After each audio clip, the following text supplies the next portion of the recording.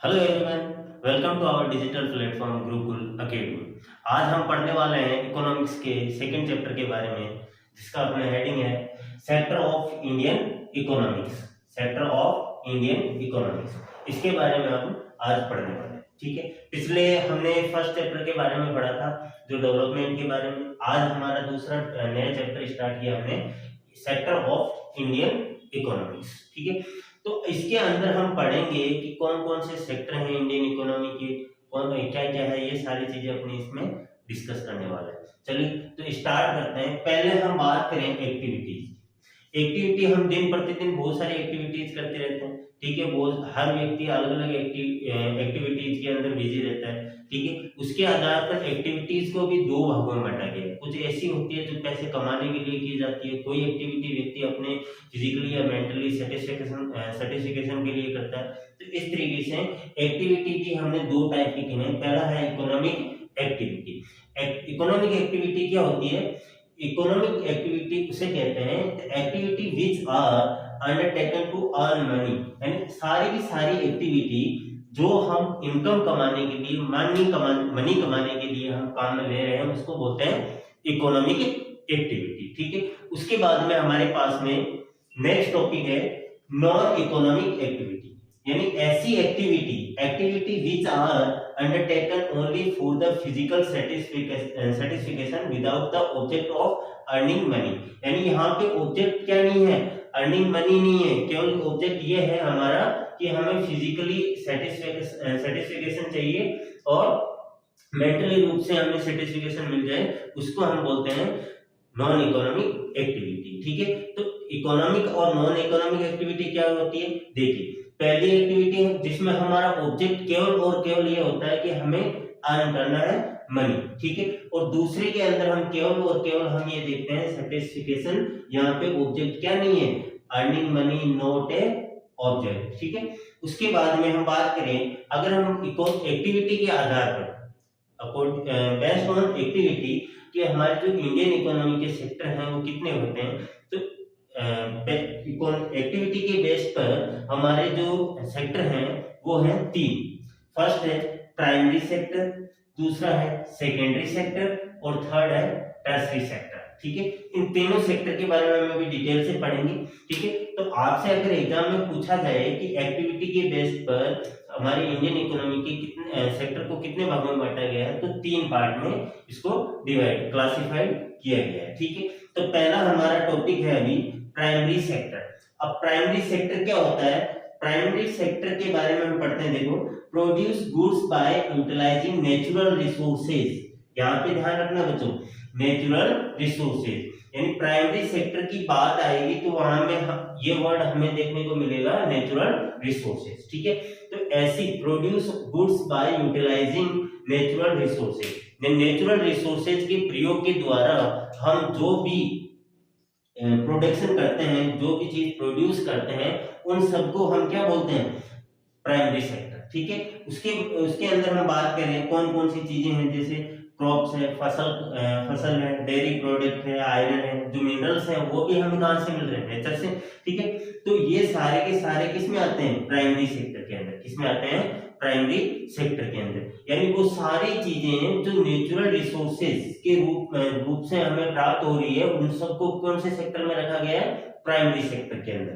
ठीक है, उसके बाद में हमारे एक एग्जांपल लिया है, देखो, cultivation of cotton is a mainly dependent on, और ये सारे के सारे जो है नेचुरल जो हम भी प्रोडक्शन करते हैं वो सारा का सारा किस पे डिपेंड होता है? नेचर पे, नेचुरल पार्ट होते हैं। देखिए, जैसे हम बात करें कॉटन की, अगर हम खेती कर रहे हैं तो वो सारा का सारा किस पे डिपेंड होगा? नेचुरल फैक्टर कौन कौन से, जैसे रेनफॉल, बरसात, क्लाइमेट, सनशाइन, ये सारी चीजें वहां पे, क्लाइमेट कैसा है, ये सारी चीजें हम वहां पे देखते हैं। ठीक है, तो ये हमारा था टॉपिक प्राइमरी सेक्टर, जिसके अंदर हमारा सारा का सारा काम किस पे डिपेंड है? नेचुरल रिसोर्सेज है। जो भी हम चीज प्राप्त कर रहे हैं, प्रोडक्शन कर रहे हैं, वो कहां से हो रहा है? Natural resources. ठीक है, उसके बाद में हम बात करें, as a most natural products are obtained from the agriculture, dairy, fishing, forestry, and the sector is also called the agriculture related sector। ठीक है। अब प्राइमरी सेक्टर को एग्रीकल्चर एंड रिलेटेड सेक्टर भी कहा जाता है। क्यों कहा जाता है? क्योंकि सारा का सारा काम जो इसमें प्रोडक्शन है वो किस पे डिपेंड होता है?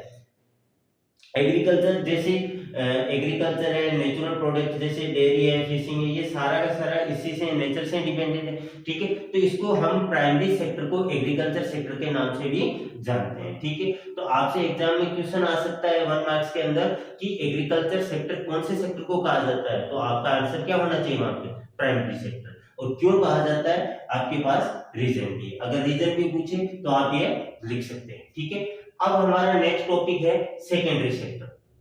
सेकेंडरी सेक्टर क्या होता है कि जब हमारे पास में प्राइमरी सेक्टर से हम कुछ चीज लेके आते हैं, जैसे कोई गन्ने गन्ने की बात करें, शुगर कैन जो हम लेके आते हैं, उससे हम कहाँ तक लेके आते हैं? इंडस्ट्री के अंदर, और वहां से हम क्या बनाते हैं? उसको शुगर बनाते हैं, ठीक है। तो इसी तरीके से जब हमने क्या कर दिया कि नेचुरल प्रोडक्ट को किस में चेंज कर दिया?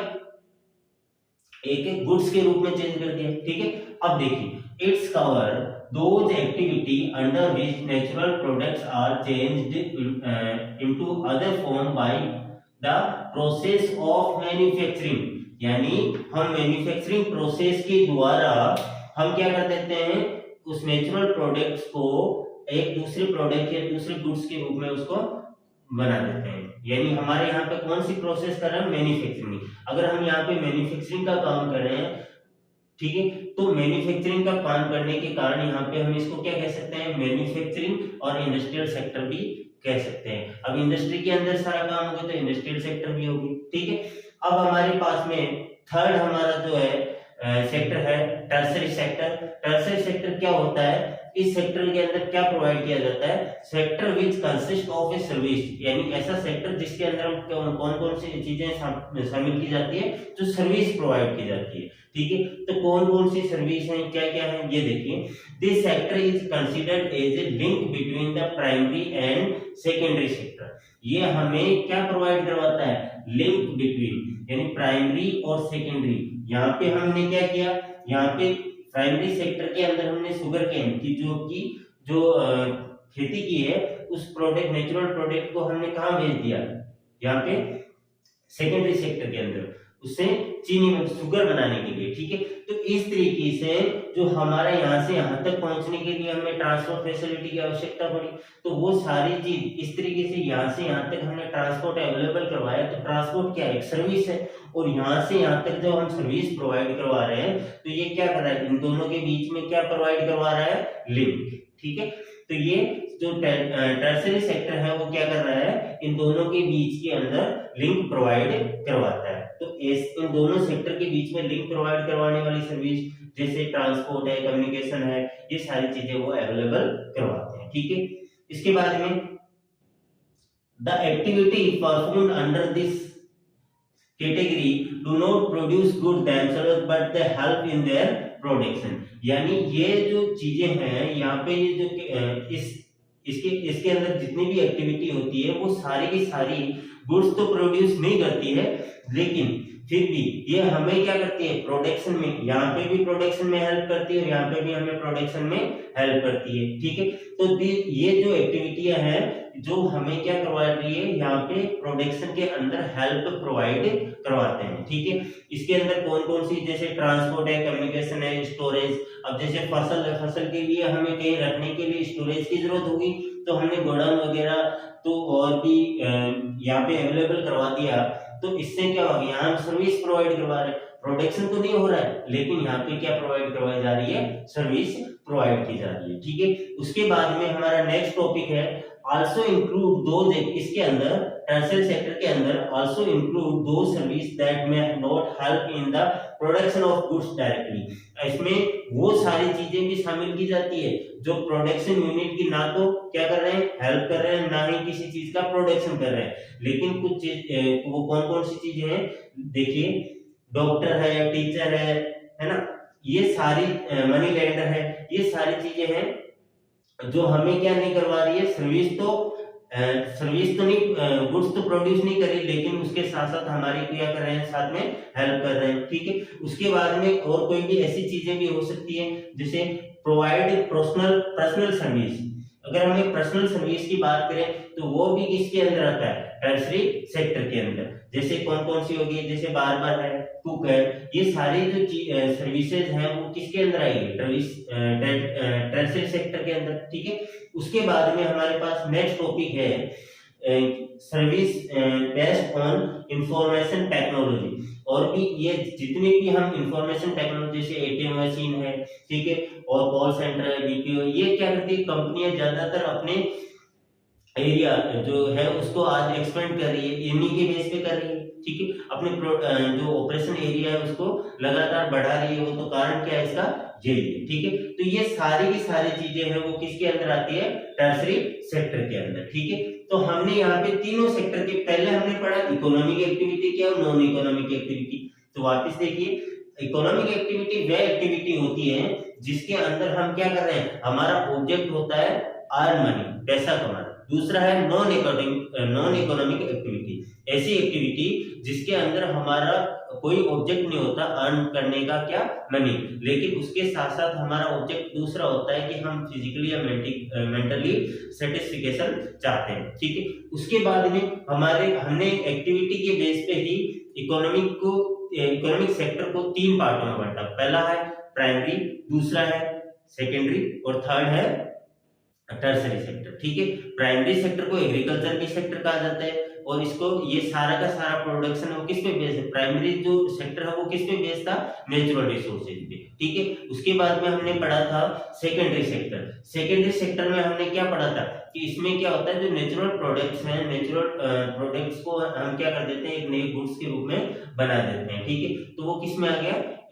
मैन्युफैक्चरिंग हो रही है, इंडस्ट्री के अंदर जा रहे हैं सारे नेचुरल रिसोर्सेज, उससे हम प्रोडक्ट बना रहे हैं, तो वो आ गया आपके सेकेंडरी सेक्टर के अंदर। उसके बाद में हमारा थर्ड टॉपिक था टर्सरी सेक्टर। टर्सरी सेक्टर के अंदर हमने क्या कहते हैं उसको, सर्विस सेक्टर भी कहते हैं। अब सर्विस सेक्टर में यहाँ पे क्या करवाई जा रही है, सर्विस प्रोवाइड करवाई जा रही है। तो सर्विस किस तरीके से, दोनों सेक्टर जो प्राइमरी और सेकेंडरी सेक्टर है उन दोनों के बीच में लिंक का काम करके भी सर्विस प्रोवाइड की जा सकती है। उसके बाद में हमने बात की थी कि कुछ ऐसी जो प्रोडक्शन तो ये नहीं करती है लेकिन उनकी हेल्प करती है, कम्युनिकेशन, ट्रांसपोर्ट, ये सारी फैसिलिटी। उसके बाद में हमने बात की थी कुछ ऐसी चीजें जो हमारे पर्सनल एक्सपीरियंस से संबंधित थी, वो सारी चीजें हमने इसमें कवर की है। ठीक है, तो ये थे हमारे एक्टिविटी के टाइप और फर्स्ट, सेकंड और थर्ड, ये तीनों सेक्टर, प्राइमरी, सेकेंडरी और टर्सरी सेक्टर के बारे में। और अब हम पढ़ते हैं कि इन तीनों सेक्टर के बारे में कि कंपैरिजन करेंगे कि कौन सा सेक्टर क्या है क्या नहीं है, इसके बारे में किस तरीके से अभी हम पढ़ते हैं अपना नेक्स्ट टॉपिक। अब हमारा दूसरा टॉपिक है comparing of the three sectors. Comparing of the three sector, अभी हमने जो तीनों सेक्टर के बारे में पढ़ा था, प्राइमरी, सेकेंडरी और टर्सरी। ठीक है, इन तीनों सेक्टर के बारे में हम कंपेयर करें तीनों को, कौन से में क्या प्रोडक्शन है, ये सारी चीजें अपन देखेंगे। देखो, the value of a final goods and services produced in each sector during a particular year provide the total production of the sector for that year। अगर हम बात करें जितने तीनों सेक्टर से हमें जितने भी गुड्स, फाइनल गुड्स के और सर्विस जो हमें मिल रही है, वो एक साल के अंदर वो इन तीनों की क्या हो जाएगा, टोटल प्रोडक्शन हो जाएगा तीनों सेक्टर का। ठीक है, जिसको अपन किस नाम से जानते हैं, जीडीपी के नाम से भी जानते हैं, जिसके बारे में हमने पिछली जो चैप्टर था अपना फर्स्ट डेवलपमेंट, उसके बाद उसमें भी हमने इसके बारे में चर्चा की थी। ठीक है, तो अब ये टोटल प्रोडक्शन हमें कौन से तीनों सेक्टर का, कौन से सेक्टर के, तीनों सेक्टर के बारे में हमने पढ़ा था। ठीक है, कि तीनों में हम कौन सा, सभी जितने भी फाइनेंस गुड्स हैं उन सब का टोटल ही क्या है, total production of this sector, तीनों सेक्टर की। ठीक है, अब कौन से का योगदान ज्यादा है, कौन से का कम है, ठीक है, वो भी हम देखेंगे। ठीक, और कौन से के अंदर लोग ज्यादा एम्प्लॉयड है, कौन से में कम है, ये सारी चीजें इस टॉपिक के अंदर अपन कवर करने वाले हैं। ठीक है, ठीक, ये हो गया। तो ये हमने बात कर ली दूसरे point, the sum of production of three sector gives GDP of a country, और तीनों सेक्टर का टोटल क्या कहलाता है, GDP. So how many big an economy is, और इसके आधार पर हम पता लगा सकते हैं कि इस देश की इकोनॉमी जो है वो कितनी बड़ी है, क्या है, जीडीपी कहता है। ठीक है। इंडिया के अंदर जो जीडीपी कैलकुलेटिंग का काम है वो किसके द्वारा किया जाता है, सेंट्रल गवर्नमेंट ऑफ इंडिया के द्वारा किया जाता है, ठीक है। यहाँ पे जो जीडीपी है इंडिया के अंदर वो कैलकुलेट कौन करता है, सेंट्रल गवर्नमेंट, ठीक है। अब हम बात कर रहे हैं कि हमने यहाँ पे ऊपर जो देखा है इसमें हमने पढ़ा फाइनल गुड्स एंड सर्विस। तो फाइनल गुड्स एंड सर्विस इसी को काम में क्यों लेते हैं, एग्जाम में क्वेश्चन भी आता है कि हम जब भी टोटल प्रोडक्शन निकालते हैं तीनों सेक्टर का तो हम फाइनल गुड्स और सर्विस क्यों हम काम में लेते हैं, इंटरमीडिएट को क्यों नहीं ऐड करते, ये सारी चीजें इसका एग्जाम भी एक क्वेश्चन भी आता है, उसके बारे में हम देखो। तो देखिए why only the final goods and service are counted, यानी केवल फाइनल गुड्स एंड सर्विस को ही हम यानी ऐड क्यों करते हैं, बाकी इंटरमीडिएट गुड्स को हम क्यों काम में नहीं लेते हैं, ठीक है। देखिए क्यों, कारण क्या है, पहले इसको एक एग्जांपल्स के द्वारा समझते हैं। देखिए कि मान लेते हैं अभी हमने एक एग्जांपल लिया था पहले क्लास में कि शुगर केन के बारे में, ठीक है। अभी मान लेते हैं कि एक फार्मर जो है, कौन, फार्मर ने क्या किया, शुगर केन की खेती की, उसने क्या किया, फार्मर ने 10 रुपए के प्राइस से 10 रुपए केजी के हिसाब से क्या किया, किसको बेच दिया, इंडस्ट्रियलिस्ट यानी जो फैक्ट्री है, फैक्ट्री में भेज दिया मैन्युफैक्चरिंग को, उसको कितने में बेच रहा है, 10 रुपीज के अंदर, ठीक है। वो वहां ले जाकर उसको फैक्ट्री के अंदर मैन्युफैक्चरिंग करता है और उसके द्वारा वो कितने क्या बना देता है, शुगर का निर्माण कर देता है, किसका निर्माण कर देता है, शुगर का, ठीक है। अब शुगर के निर्माण के बाद में वो क्या करता है, दूसरी जगह आगे क्या करता है, होलसेलर को, किसको, होलसेलर को वो बेचता है और वहां पे कितने रुपए में मान लेते हैं, 28 रुपीज के अंदर वो उसको बेचता है, ठीक है। होलसेलर, फिर हम बात करें रिटेलर की, ठीक है, रिटेलर की, और ये होलसेलर, ठीक है। अब होलसेल रिटेलर है, उसको रिटेलर ये शुगर केन यहाँ पे हमने 10 रुपए में किसान किसको बेचता है, फैक्ट्री के अंदर, फैक्ट्री वाला 20 रुपीज में होलसेलर को, होलसेलर वाला आगे किसको, रिटेलर को बेच देता है 28 के अंदर, ठीक है। अब ये आगे चाहे कस्टमर को कितने में बेचे, 32 रुपीज के अंदर वो किसको बेच देता है, कस्टमर, ठीक है।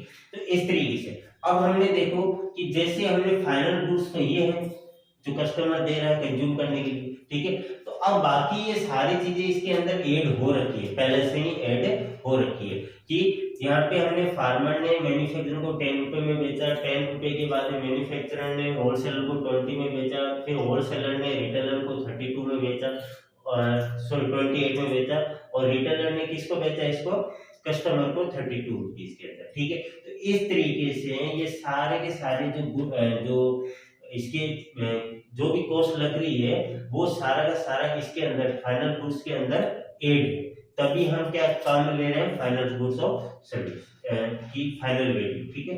अब इसमें ये देखिए the value of intermediate goods is already included in the value of final goods. क्यों काम में लेते हैं, why only the final goods and service are counted, कारण है इसका, रीजन क्या है कि हमारे पास में जो इंटरमीडिएट गुड्स हैं वो सारे के सारे इसमें पहले से ही ऐड किए हुए हैं, ठीक है। इसी कारण से हम क्या करते हैं, final goods of and service को ही हम काउंट करते हैं, ठीक है। अब देखिए ये तो आगे बात समझ में, आगे हमारी बात है कि हिस्ट्रिकल चेंज इन सेक्टर के अंदर, हिस्ट्रिकल जो पुराने टाइम से पहले लोग, हमारा देश जो था कृषि प्रधान देश था, सारे लोग प्राइमरी सेक्टर में काम करते थे, फिर उसके बाद में फैक्ट्री मैन्युफैक्चरिंग फैक्ट्रियों में काम करने लगे, फिर उसके बाद में टर्सरी सेक्टर की तरफ जाने, सर्विस प्रोवाइड करवाने लगे। तो इस तरीके से ये जो चेंज हुआ, क्या क्या चेंज हुआ, देखिए किस कारण से हुआ। अब हमें पता है कि हमारा देश कृषि प्रधान, आज भी हम ज्यादातर जो पॉपुलेशन है देश की वो किस पे डिपेंड है, एग्रीकल्चर पे, ठीक है। तो इसी तरीके से हम देखो, आज से हम शुरू में बात करें, initial stage depend on the primary sector, पूरी तरीके से पुराने टाइम में लोग किस पे डिपेंड थे, प्राइमरी सेक्टर पे डिपेंड थे, ठीक है। लेकिन उसके बाद में primary sector was the most important sector था पुराने टाइम के अंदर, ठीक। Method of farming changed and the people could produce more than the what they needed. अब क्या हुआ कि इसके साथ साथ आज हमारे पास अच्छी क्वालिटी वाले बीज, दवाई वगैरह ये सारी चीजें आने के कारण, इक्विपमेंट आने के कारण आज हम क्या करें, इन प्रोडक्शन को और ज्यादा हमने एग्रीकल्चर प्रोडक्शन को बहुत ही ज्यादा बढ़ा दिया, ठीक है, और धीरे धीरे हम ग्रो ही कर रहे हैं, ठीक है। और इसके साथ साथ अदर एक्टिविटी में भी लोग इसमें शामिल हो रहे हैं। अब जैसे कोई व्यक्ति एग्रीकल्चर का काम कर रहा है तो उसके साथ साथ वहाँ पे जहाँ एग्रीकल्चर जिस चीज की ज्यादा हो रही है तो वहाँ पे ट्रांसपोर्ट फैसिलिटी भी चाहिए, और इसके लिए एग्रीकल्चर के लिए कुछ पैसों की भी जरूरत पड़ती है उधार लेन देन के लिए, तो वहाँ पे मनी लेंडर भी अपना काम कर रहे हैं, ठीक है। तो ये सारे किससे रिलेट हो रहे हैं, प्राइमरी सेक्टर से, और वो इसको आगे धीरे धीरे इंप्रूव कर रहे हैं, ठीक है। तो ये पुराने टाइम में ये था कि प्राइमरी सेक्टर के अंदर धीरे धीरे हमने प्राइमरी सेक्टर पे बेस थे, और धीरे धीरे अभी भी हम इसको क्या कर रहे हैं, धीरे धीरे हमने प्रोडक्शन जितना हमारे पास जरूरत है उससे ही ज्यादा हम प्रोडक्शन आज कर पा रहे हैं, किसमें, प्राइमरी सेक्टर के अंदर, ठीक है। उसके बाद में हमारे पास में नेक्स्ट है, देखो, और ए लॉन्ग टाइम, अब हम किसकी तरफ जा रहे हैं, प्राइमरी सेक्टर पे बेस थे हम पहले इसी तरफ काम करते थे, लेकिन यहां से हमने सेकेंडरी सेक्टर की तरफ क्यों भागने लगे, देखिए, और a long time more than 100 year, यानी आज से 100 साल पहले की बात है, with the introduction of a new method of manufacturing factories. अब नए मेथड हमारे पास में आए, वो इस्टेब्लिश्ड हुए, large number and their area of operation also वाइडेड, ठीक है। आज हमारे पास हम देखिए प्रोडक्शन कर रहे हैं फैक्ट्री के अंदर, बहुत सारी चीजों का हम प्रोडक्शन करते हैं, तो उस प्रोडक्शन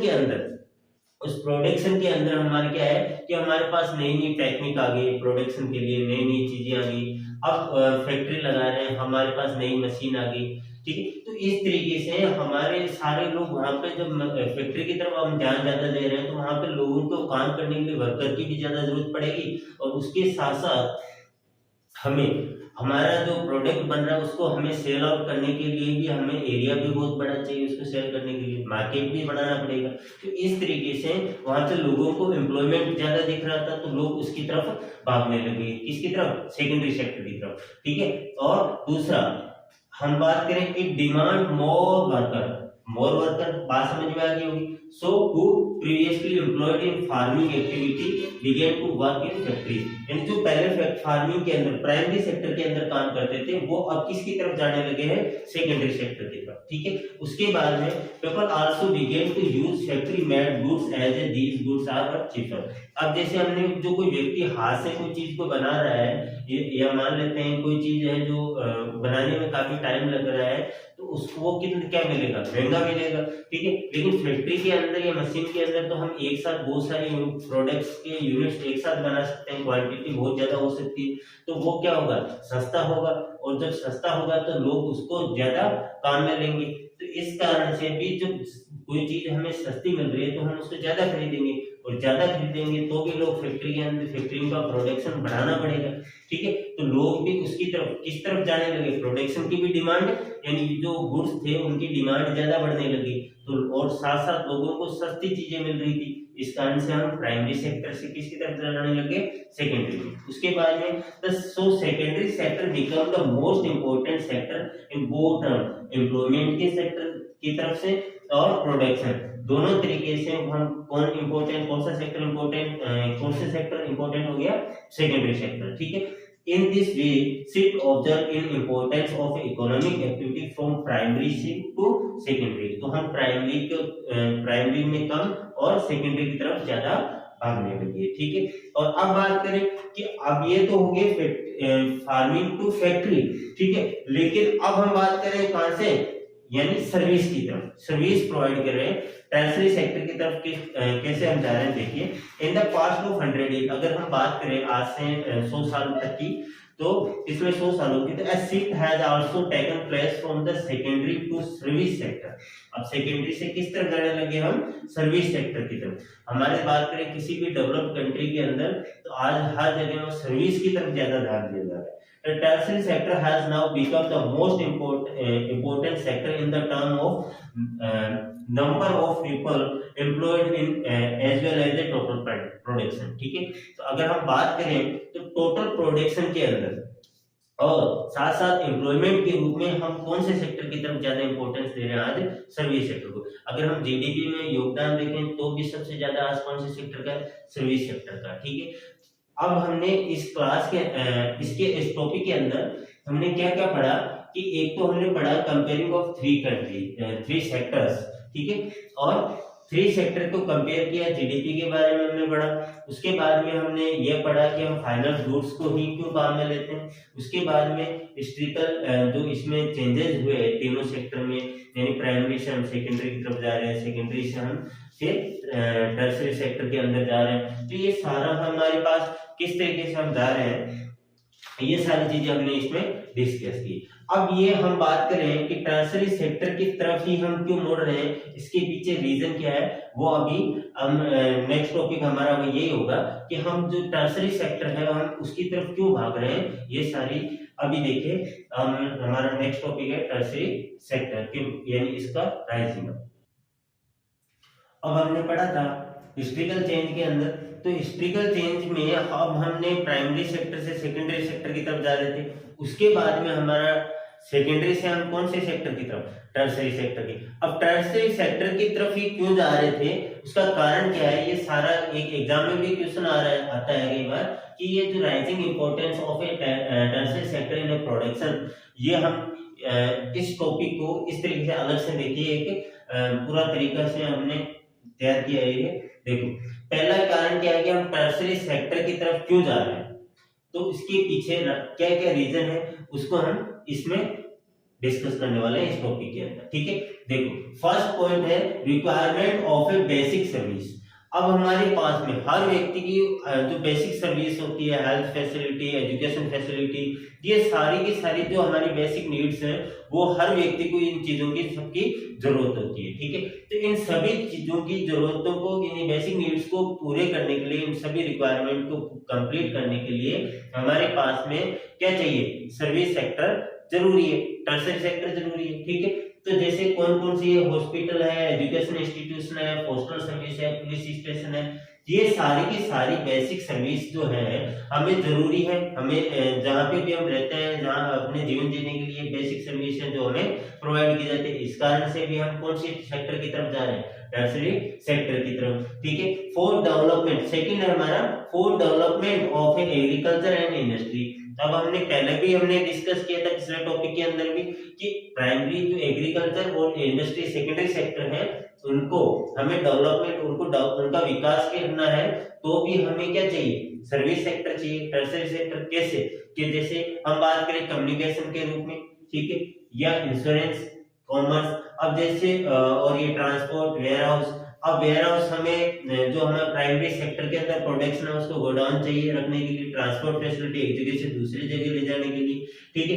कम्युनिकेशन बातचीत के लिए, इंश्योरेंस के लिए, इंश्योरेंस हम बात करें जैसे मान लीजिए कि हमने कहीं से हरियाणा से यहाँ पे जो शुगरकेन का ट्रक भर के मंगवाया है राजस्थान में, तो वहां से हो सकता है उसका कोई दुर्घटना में खराब हो जाए कुछ चीज, या ट्रक पलट जाए, तो उसके कारण जो हमें क्या करवाते हैं, इंश्योरेंस वगैरह भी करवाते हैं। कॉमर्स को भी हमें ध्यान में रखते हैं। इस तरीके की ये जो सर्विस है, अगर हमें डेवलपमेंट चाहिए कौन से सेक्टर में, प्राइमरी और सेकेंडरी सेक्टर के अंदर, तो हमें क्या कौन से सेक्टर की तरफ जाना पड़ेगा, टर्शियरी सेक्टर की तरफ, ठीक है। तो इस ये भी कारण है, ठीक है। तीसरा है when income of people increase they begin to demand various service like food, tourism, shopping, provide hospital ETC, ठीक।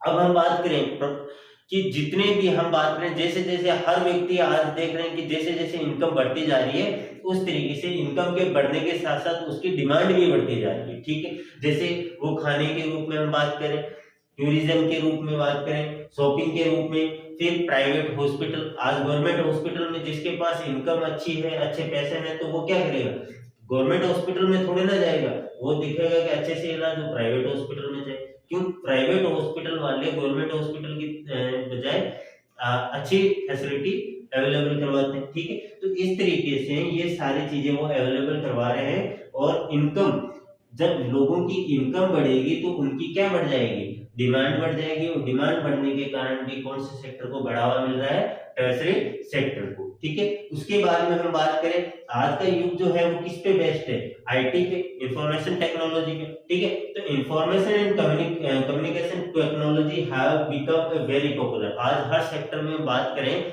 जो आईटी सेक्टर है वो बहुत ही अच्छे से ग्रो अप कर रहा है, और हर जगह इन सब चीजों की हमें आज अपन देखते हैं टीचिंग के रूप में भी देखो IT हब का काम मिलने लगे।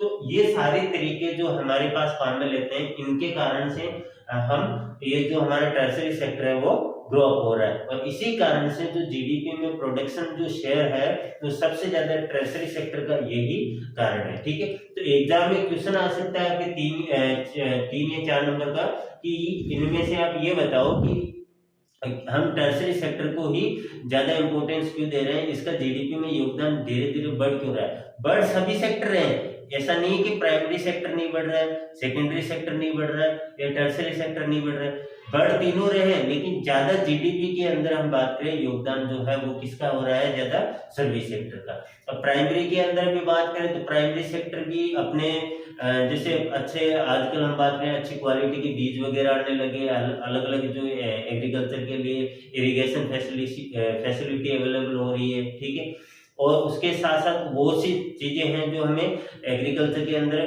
इक्विपमेंट के रूप में आज मशीनरी का प्रयोग करने लगे। तो ये सारी चीजें हैं जो हमें धीरे धीरे एग्रीकल्चर को बढ़ावा तो दे रही है, ग्रो तो कर रहे हैं। उसी तरीके से हम बात करें फैक्ट्री के अंदर या सेकेंडरी सेक्टर के अंदर, तो वहां पे भी हमें नई नई मशीनों के द्वारा हम गुड्स प्रोड्यूस वगैरह कर रहे हैं, तो उसमें भी ग्रो अप हो रहा है, और इसी सर्विस सेक्टर भी ग्रो अप हो रहा है। लेकिन हमारा ये क्वेश्चन ये था कि हमें GDP के अंदर अगर क्वेश्चन कैसे भी आ सकता है घुमा के, तो इसमें क्वेश्चन क्या है कि GDP के अंदर सबसे ज्यादा शेयर है वो, यानी जो योगदान है वो कौन से सेक्टर का है अभी करंट में, टर्सरी सेक्टर का है। तो इसके पीछे रीजन क्या है, क्या कारण है, या फिर ऐसे पूछ सकता है कि टर्सरी सेक्टर ही जो जिसको ज्यादा बढ़ावा क्यों मिल रहा है, इसमें ज्यादा लोग क्यों जा रहे हैं इस तरफ, तो इसका आंसर आपका ये होगा। ठीक है, अगले टॉपिक के साथ अपन दोबारा मिलेंगे नेक्स्ट वीडियो के अंदर। ठीक है, तब तक के लिए ये सारे सारे जो नोट्स वगैरह हैं आपके, उनको रिवाइज करते हैं। ठीक है, और जो ये आप है ना, जब भी मौका मिलता है आपको क्लास के बीच में, तो आप इन सारे सारे टॉपिक का स्क्रीनशॉट ले लिया करें, ताकि आपको अपनी नोटबुक में भी लिख लेना है, ताकि आप जब एग्जाम टाइम में या जब आप रिवीजन करें तो इनको बार बार ये रीड कर सकते हो, अच्छे से पढ़ सकते हो इन सब चीजों को, ये ठीक है। तो अब अपन जल्दी मिलेंगे नेक्स्ट वीडियो में नए टॉपिक के साथ। Thank you.